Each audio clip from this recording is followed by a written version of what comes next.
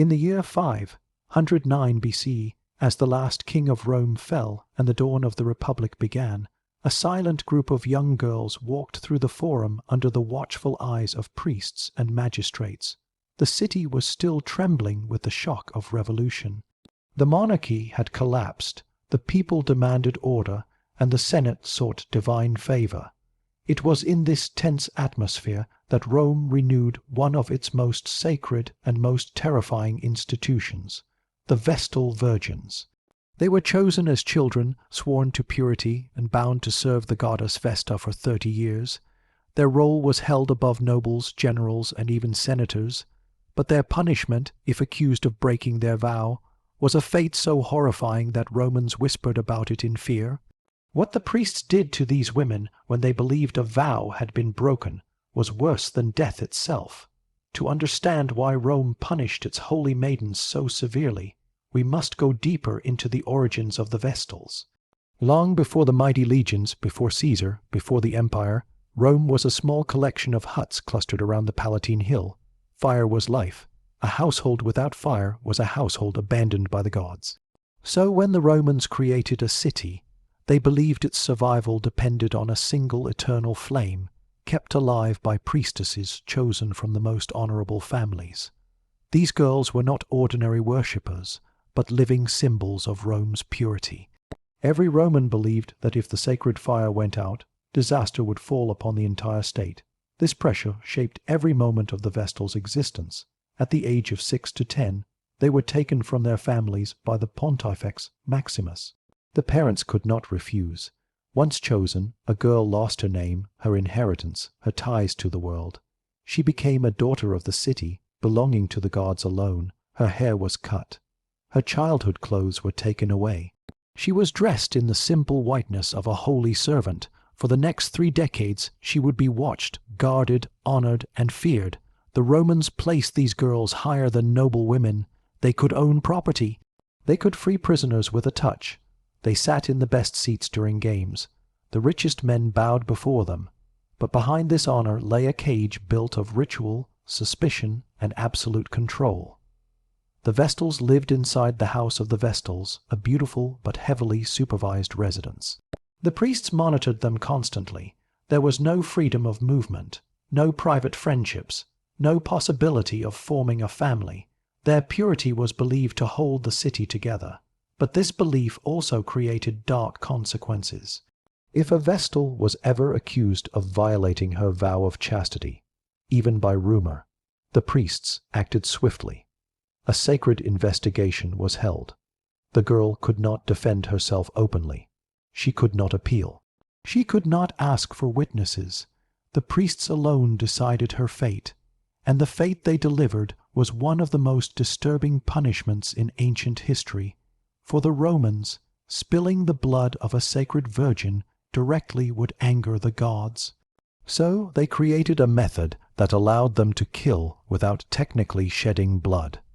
It was a ritual wrapped in silence, meant to preserve religious purity while delivering horrifying death. The accused Vestal was taken to a chamber beneath the earth. She was given a small amount of food and water, not to comfort her, but to give the appearance that her death was not caused by the priests. She was then sealed alive underground. Darkness, hunger, and loneliness would claim her over hours or days. This was the official version, but the reality inside the rituals of the priesthood was far more disturbing. Before a Vestal was buried alive, she was subjected to interrogation by priests who held enormous authority. The Romans documented many of these cases. Sometimes the girl was paraded through the city with her hands tied. Sometimes her hair was torn out as a symbol of dishonor. Sometimes the priests performed humiliating rituals meant to purify her before death. If the fire in the temple of Vesta went out at the same time, the blame was thrown onto the accused girl, even if she had done nothing wrong. The priests used this fear to maintain absolute control. One of the earliest recorded tragedies occurred in the early Republic, when a Vestal named Oppia was accused of impurity during a time of war and famine. The city sought someone to blame, and the priests found her a convenient target. Despite no evidence, she was condemned. Her execution was carried out with full ceremony, but the reality was a death of terror, isolation, and abandonment. Another Vestal, Postumia, was accused simply for dressing too elegantly. She was subjected to interrogation and public shame before barely escaping execution. Her case revealed how fragile a Vestal's life truly was. Even the slightest suspicion could end in irreversible punishment.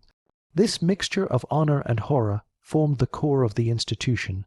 Rome demanded the absolute purity of these women, not because of their personal lives, but because their bodies symbolized the survival of the state. Their suffering was seen as the price of Rome's protection.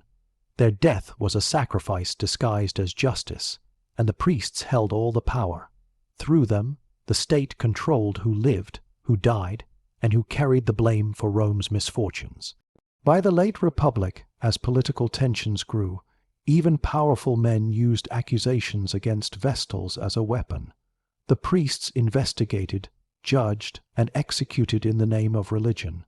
These rituals reveal how terrifying religious authority could become when combined with political ambition. For the Vestal Virgins, their sacred position placed them not only at the center of Rome's spiritual life, but also at the center of its most dangerous punishments. This was the world of the Vestals, a world where honor was a prison, where purity was a burden, and where a single accusation could lead to a death worse than the sword. By the 2nd century BC, the House of the Vestals had become one of the most guarded and politically sensitive spaces in all of Rome. Located behind the circular temple of Vesta in the Roman Forum, it was a magnificent residence, complete with courtyards, marble pools, and private chambers. To an outsider, it looked like a peaceful sanctuary reserved for divine servants. But to the girls forced to live inside its walls from childhood to adulthood, it was a place where devotion and fear existed side by side. Every dawn, before the city fully awoke, the Vestals began their duties. Their main responsibility was tending the eternal flame inside the temple of Vesta. The fire symbolized the heartbeat of Rome. If it went out, every citizen panicked, believing the gods had turned away. The priests who held authority over the Vestals, especially the Pontifex Maximus, understood the psychological power this symbol held. They used it as a justification for strict surveillance. The girls lived under constant watch, and their daily routine left no space for personal life, friendships, or privacy. Inside the house of the Vestals, hierarchy determined every arrangement. Young initiates who had just been chosen served as apprentices. They cleaned, fetched water, prepared meals, and learned the rituals they would one day perform. Middle-aged Vestals, after 10 years, became skilled attendants responsible for carrying sacred objects, preparing offerings, and participating in high ceremonies. Only after 20 years of service did a Vestal gain senior authority, teaching new novices and overseeing the rituals. The final decade was a phase of honor. After 30 years, she was free to leave, marry, and return to private life. But this rarely happened. Most former Vestals found it impossible to adjust to a world they had been isolated from since childhood. Many remained unmarried, wandering the edges of society like respected ghosts. Yet despite the praise Romans showered on these priestesses, one truth defined their existence: their bodies did not belong to them. Their chastity was not a personal choice but a national demand. It was believed that the purity of a Vestal directly reflected the purity of Rome. If a Vestal committed even the slightest offense or behaved suspiciously, the entire state saw it as a sign of divine anger. The pressure placed upon these young women was immense, but the most disturbing power belonged to the priests who supervised them. These were the men allowed to question, judge, and punish Vestals in complete secrecy. Their authority was unchecked. Even consuls and generals could not interfere. The Pontifex Maximus controlled every aspect of a Vestal's life: where she walked, what she wore, how she worked, and even how she was interrogated if accused of wrongdoing. Roman law did not protect Vestals from abuse of authority, because the priests argued that the gods alone must decide. Within the temple complex, rituals were strict and precise. When the Vestals fetched water from special springs, they were required to avoid being seen by suspicious men. When they prepared offerings, they used rare ingredients handled only with ceremonial tools. During festivals, they processed through the city wearing veils, carrying baskets, and reciting chants. Every gesture had meaning. Every mistake carried risk, and that risk grew whenever Rome experienced crisis. During years of war, famine, plague, or political turmoil, Vestals became convenient scapegoats. When the Gauls burned Rome in 390 BC, the priests praised the Vestals who saved the sacred relics. But in later centuries, whenever misfortune struck, suspicion returned. If a Vestal behaved nervously or missed a ritual step, priests claimed the gods were angry. The line between genuine devotion and political manipulation was dangerously thin. One of the darkest examples occurred in 114 BCE, when 3 Vestals were accused of impurity. The case shook Rome to its foundations. It started with vague rumors, then evolved into formal charges. The first trial acquitted 2 Vestals, but the public was outraged at the leniency, believing corruption had contaminated the verdict. A second trial was ordered. This time the results were brutal. One priestess, Emilia, was found guilty of violating her vow. The priests carried out the sacred execution ritual. She was taken to the Campus Celeratus, the field of wickedness, where a narrow chamber had been prepared underground. Bound and trembling, she descended a small ladder into darkness. The priests placed a lamp, some food and water beside her, then sealed the chamber. The city believed she was swallowed by the earth at the command of the gods. The reality was a slow, suffocating death. The second Vestal, Licinia, was also condemned. But before her execution could take place, a relative named Crassus intervened, claiming she had been framed by powerful men. He demanded a hearing. The priests refused. They declared that divine signs had confirmed her guilt. She too was buried alive. Only the third Vestal, Marcia, escaped death. Her acquittal came after intense public pressure, revealing how deeply political manipulation had infected the sacred institution. This scandal exposed a terrifying truth. The priests held so much power that even the most respected women in Rome could be crushed by suspicion. The priests operated behind closed doors, using rituals to justify their decisions. They claimed divine authority for their actions, shielding themselves from accountability. Just as disturbing as the punishments were the private interrogations carried out before a Vestal was condemned. Historical records describe these sessions as emotionally devastating. The priests questioned the girl alone, without family, witnesses, or legal representation. They focused not on facts but on omens and symbolic gestures. Even a frightened expression or trembling voice could be interpreted as guilt. Some Vestals collapsed under the pressure of interrogation. Others maintained their innocence until the end, disappearing into the burial chamber with dignity as their only defense. Inside the house of the Vestals, the emotional atmosphere was one of constant fear. Older Vestals warned the younger ones that any mistake could lead to catastrophe. Even dropping a ritual item, misreading an omen, or being seen speaking to a man could ignite suspicion. The priests claimed that the gods judged the Vestals through omens, but in reality, their own interpretations determined guilt.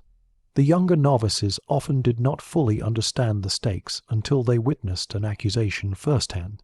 Whispered stories circulated about past punishments. Some girls cried at night, terrified of being falsely accused.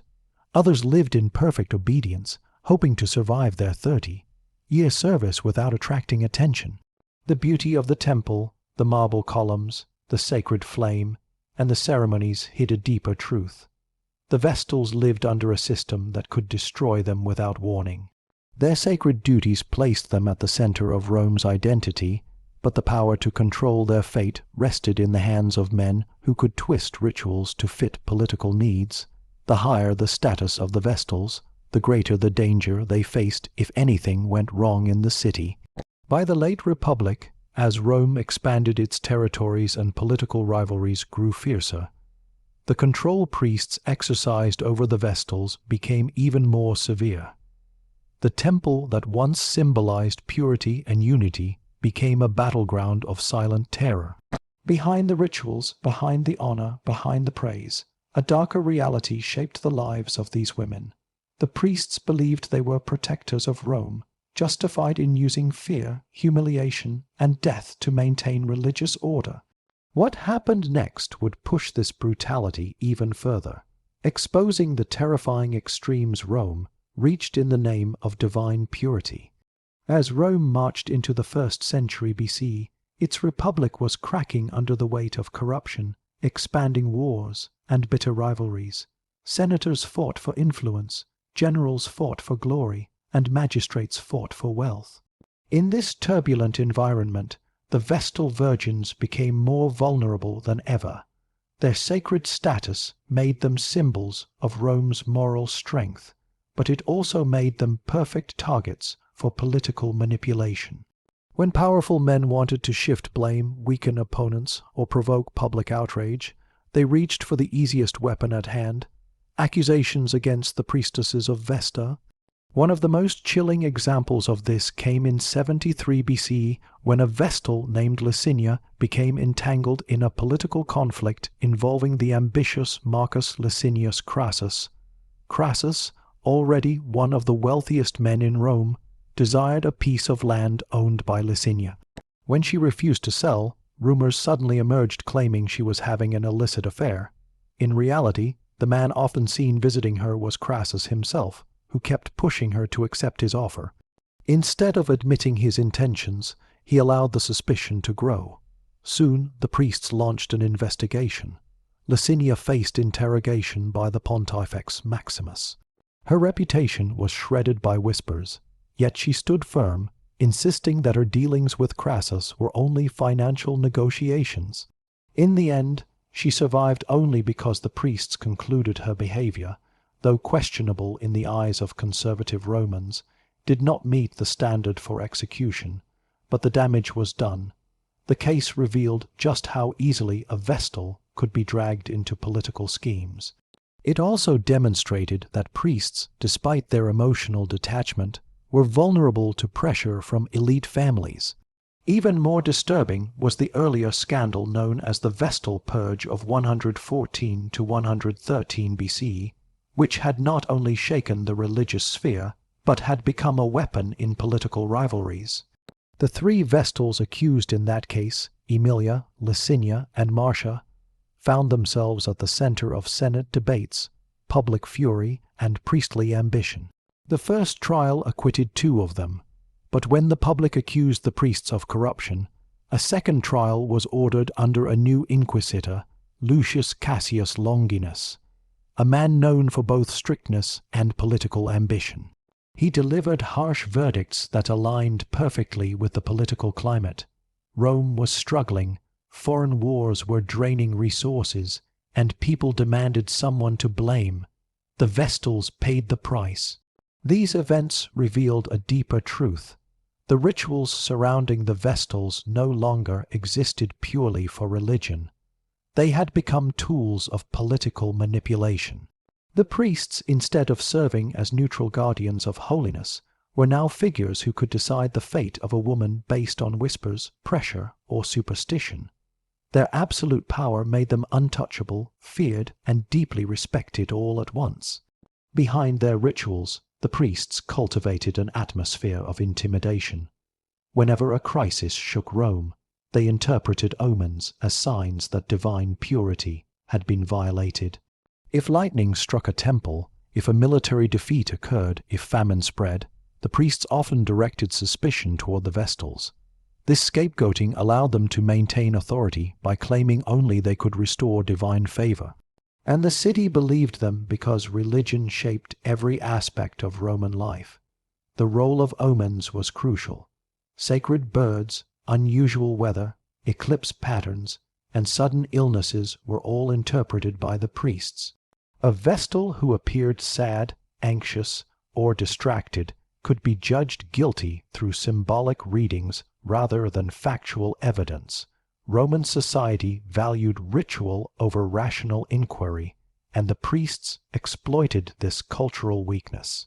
For the Vestals themselves, the pressure was immense. They lived knowing that one unexpected event beyond their control could be interpreted as a sign of impurity. Even worse, they knew that Rome feared divine punishment more than it valued fairness. Their fate could shift in an instant depending on political tensions, public mood, or priestly interpretation. Inside the house of the Vestals during these turbulent decades, fear became a permanent companion. Younger priestesses whispered about the scandals of the past. Older Vestals walked with caution, avoiding unnecessary conversations or appearances that could be misinterpreted. The rituals they performed with such devotion also served as daily reminders that even a small mistake could place them under suspicion. The most tragic accounts describe the emotional breakdown of accused Vestals in the days leading up to their punishment. Ancient writers relate how the condemned priestess would be stripped of her sacred ornaments and dressed in plain mourning clothes. Her hair, once decorated with the insignia of Vesta, was torn apart. She would be silently escorted through the forum, surrounded not by supporters but by solemn officials who refused to meet her eyes. The people of Rome watched but remained silent, conditioned to accept the priest's judgment as unquestionable. The site chosen for execution, the Campus Celeratus, lay just outside the city walls. Here, the burial chamber was prepared. It was neither a tomb nor a prison, but something in between, a space where a living woman was placed underground in complete isolation, left with only a bed, a small lamp, a little food, and a jug of water. The priests insisted these items were provided, so the girl would not technically die by starvation at their hands, preserving religious purity, but everyone knew the truth. A slow, suffocating death awaited her. What made this ritual even more disturbing was the cold detachment of the priests.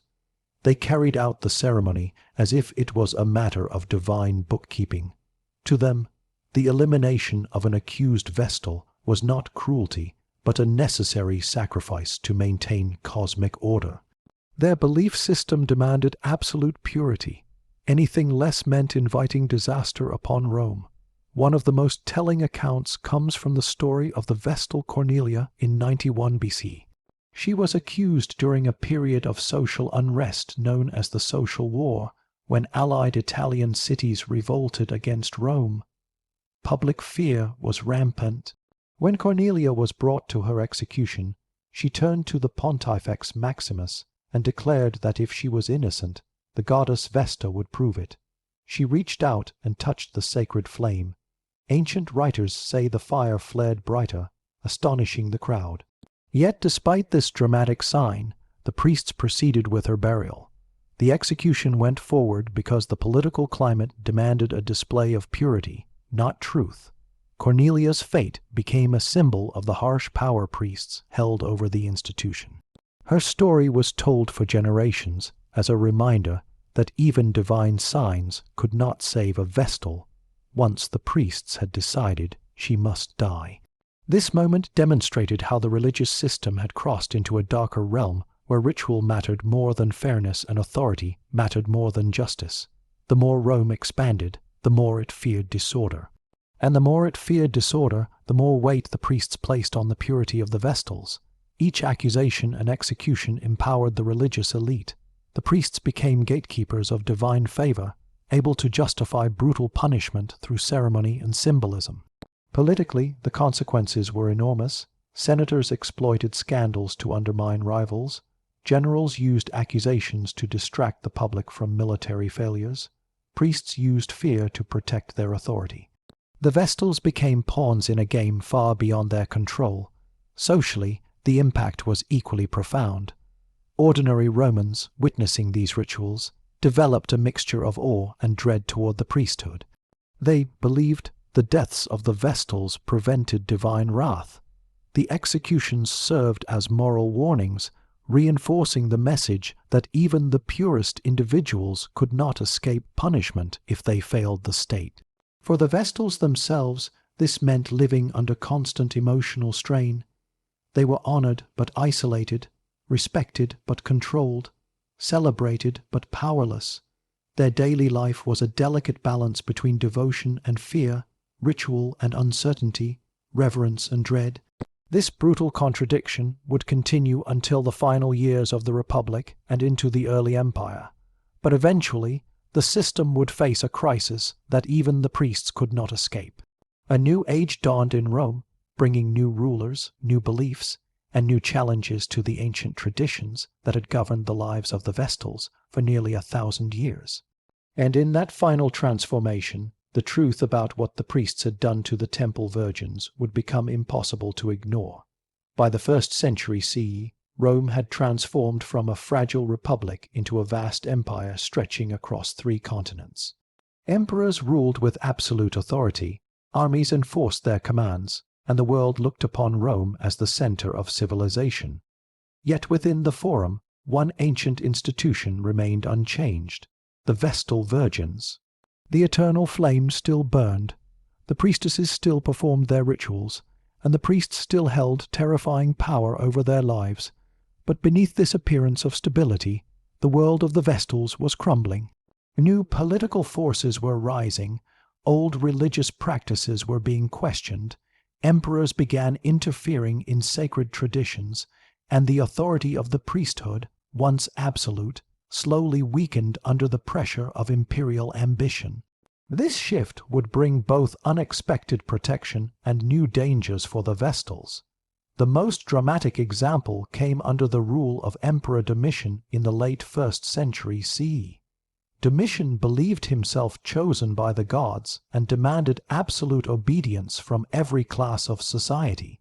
He revived old rituals, enforced strict moral laws, and used religion as a tool to strengthen his control. When rumors spread that several Vestals had violated their vows, Domitian seized the opportunity.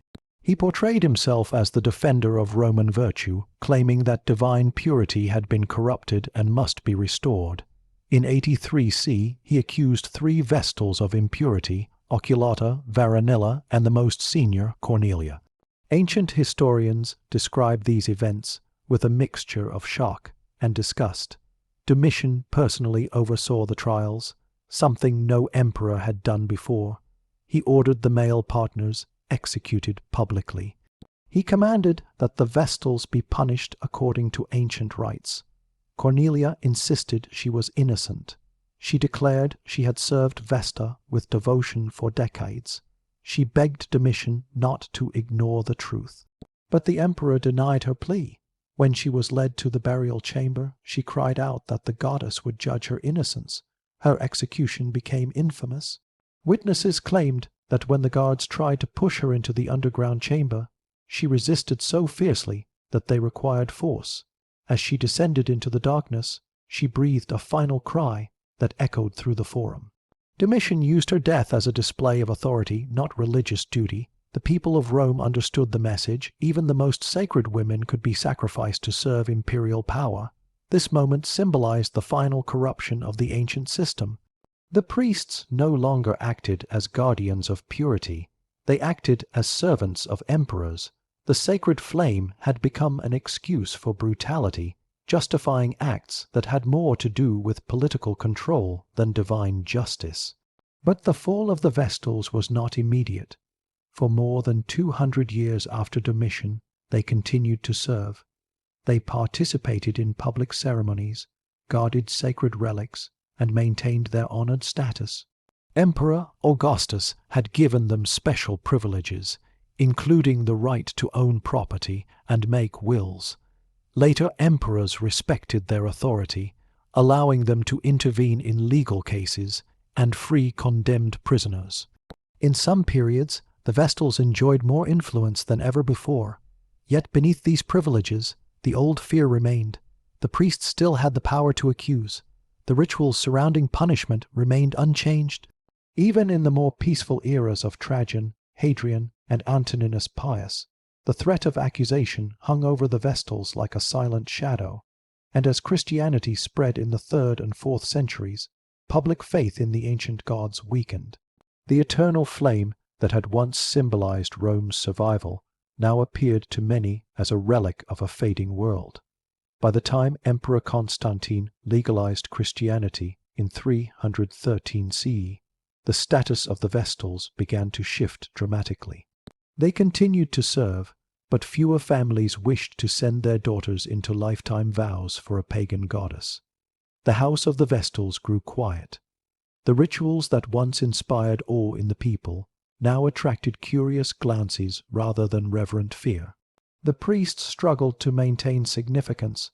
The flame still burned, but the world around it was changing. The true end came under Theodosius I in the late 4th century. Determined to unify the empire under Christianity, he issued a series of decrees that banned pagan rituals. Temples were closed, sacrifices outlawed, festivals abandoned. For nearly 1,000 years, the eternal flame had burned without interruption. But in 394 CE, under orders from Theodosius, the flame was extinguished. This moment marked one of the most symbolic shifts in ancient history. Rome, the city built on traditions older than the Republic itself, had turned away from its oldest religious institution. For the last Vestals, the moment must have been overwhelming. Their lives had been dedicated to preserving a ritual the state no longer believed in. Their vows, once considered sacred, now meant nothing in the eyes of the law. Historical sources describe their final days with an air of quiet tragedy. Some Vestals were given pensions and allowed to live out their lives peacefully. Others faded into obscurity. The house of the Vestals, once filled with ceremonial life, became silent. Rooms that had held centuries of rituals became empty spaces. The marble courtyard began to decay. Visitors in later centuries described broken statues and abandoned chambers, echoing with the ghosts of a forgotten past. But the most haunting question that survived the fall of the Vestals was this: why had the priests treated them with such brutality for so many centuries? The answer reveals something profound about ancient societies. In Rome, religion was not personal belief. It was political foundation. It shaped civic identity, public morality, and social order. The Vestals were living symbols of that order. Their purity represented Roman stability. Their failure represented divine danger. The fear of offending the gods allowed priests to justify extreme punishments. The rituals masked the cruelty under the language of sacred duty. The burial chamber, prepared with precise measurements and ceremonial objects, turned execution into a religious performance rather than a violent act. In truth, what the priests did to the Vestals was a reflection of Rome itself. Honor and horror existed side by side. Power was disguised as tradition. Violence was justified as purity. The Vestals may have been revered, but they were never free. Their lives were tightly controlled, their voices ignored, their fates decided without mercy. From a modern perspective, the punishments inflicted on the Vestals are remembered as some of the most disturbing examples of state-sanctioned cruelty in ancient history. The burial alive of innocent women, performed in complete religious silence, remains one of the darkest chapters of Rome's past. Yet their story is more than tragedy. It is a window into a world where religion shaped law, where fear shaped obedience, and where purity was demanded not for spiritual devotion, but for political survival. The institution of the Vestal Virgins lasted almost 1,000 years because Rome believed its power depended on them. And despite the honor they received, despite the respect shown to them in public, the truth remained hidden beneath the surface. The priests used them as symbols, controlled them through fear, and punished them with a brutality disguised as divine justice. Their story reminds us that even in the greatest civilizations, sacred institutions can hide terrifying realities. The eternal flame may have gone out, but the lessons it leaves behind continue to burn in history.